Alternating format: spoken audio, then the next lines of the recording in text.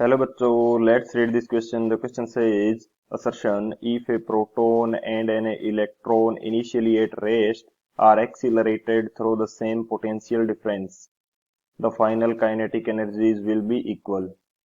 Reason, mass of proton is about 1840 times the mass of electron. Option first, both assertion and reason are correct and reason is the correct explanation of assertion.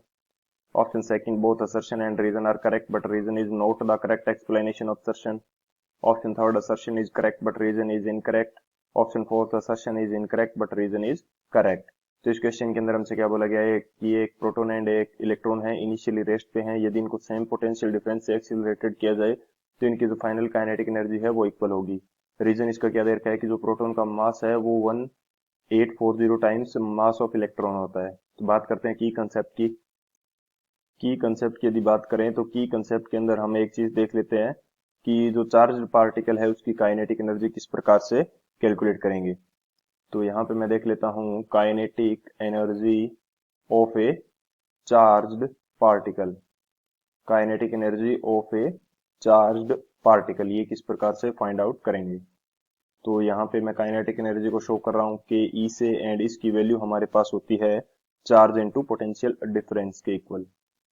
Charge into potential difference, यानी कि कितने potential difference से उसको accelerate किया जाता है, वो potential difference into उसका चार्ज, वो काइनेटिक एनर्जी को शो करेगा।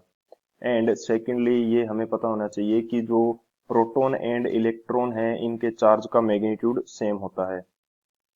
तो ये मैं यहाँ पे लिख देता हूं,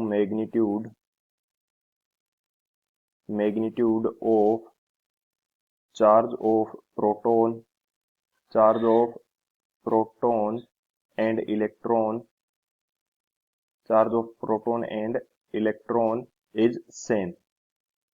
इनके चार्ज का मैग्नीट्यूड क्या होता है, सेम होता है। तो ये दो की कंसेप्ट हो गए हमारे पास। इन दोनों की कंसेप्ट की हेल्प से इस क्वेश्चन को सोल्व करते हैं। सॉल्यूशन की यदि बात करें तो हमें क्या फाइंड आउट करनी है, काइनेटिक एनर्जी। इनिशियली रेस्ट पे थे दोनों, तो जो u है यानी कि इनिशियल वेलोसिटी दोनों के लिए सेम है, 0 है। एंड मैं फाइनल काइनेटिक एनर्जी की बात करता हूँ। ये अब बोल सकते हैं कि यहाँ पे जो इनिशियल काइनेटिक एनर्जी है, काइनेटिक एनर्जी इनिशियल दोनों की क्या है, 0 है। काइनेटिक एनर्जी फाइनल की बात की जा रही है, तो प्रोटॉन के लिए काइनेटिक एनर्जी फाइनल क्या होगी, charge of proton, charge of proton into potential difference delta V. And इसी तरह से जो काइनेटिक एनर्जी फाइनल है फॉर इलेक्ट्रॉन, ये हमारे पास क्या होगी, ये हो जाएगी charge of electron, charge of electron into potential difference delta V. So हमें बोला गया है कि जो पोटेंशियल डिफरेंस है वो सेम है। एंड हमने सेकंड की कंसेप्ट के अंदर बात की कि जो चार्ज ऑफ प्रोटॉन है इसका जो मैग्नीट्यूड होगा वो चार्ज ऑफ इलेक्ट्रॉन के मैग्नीट्यूड के इक्वल होता है। हालांकि जो हमारा प्रोटॉन है वो पॉजिटिवली चार्ज होता है एंड इलेक्ट्रॉन नेगेटिवली चार्ज होता है, लेकिन इनके चार्ज का जो मैग्नीट्यूड है वो सेम होता है। इसकी वजह से जो काइनेटिक एनर्जी है फाइनल, वो प्रोटॉन की इक्वल आएगी किसके, काइनेटिक एनर्जी ऑफ इलेक्ट्रॉन की। जो फाइनल काइनेटिक एनर्जी है इलेक्ट्रॉन की एंड प्रोटॉन की वो दोनों सेम आएगी। सो असर्शन हमारा करेक्ट हो जाएगा। रीजन हमें क्या दे रखा है इस क्वेश्चन के लिए कि जो मास ऑफ प्रोटॉन है, मास ऑफ प्रोटॉन ये हमारे पास 1840 times of mass of electron होता है।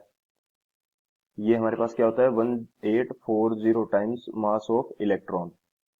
सो ये हमारे पास जो रीजन स्टेटमेंट है ये भी करेक्ट है, ये प्रैक्टिकली डिफाइंड वैल्यू है, ये रीजन स्टेटमेंट भी करेक्ट है। लेकिन ये दोनों हमारे पास क्या है कि दोनों जो स्टेटमेंट है वो एक दूसरे से अलग है, क्योंकि काइनेटिक एनर्जी के अंदर हम कहीं भी मास की बात नहीं कर रहे हैं। सो असर्शन करेक्ट है, रीजन करेक्ट है, लेकिन जो रीजन है ये असर्शन के लिए करेक्ट एक्सप्लेनेशन नहीं है।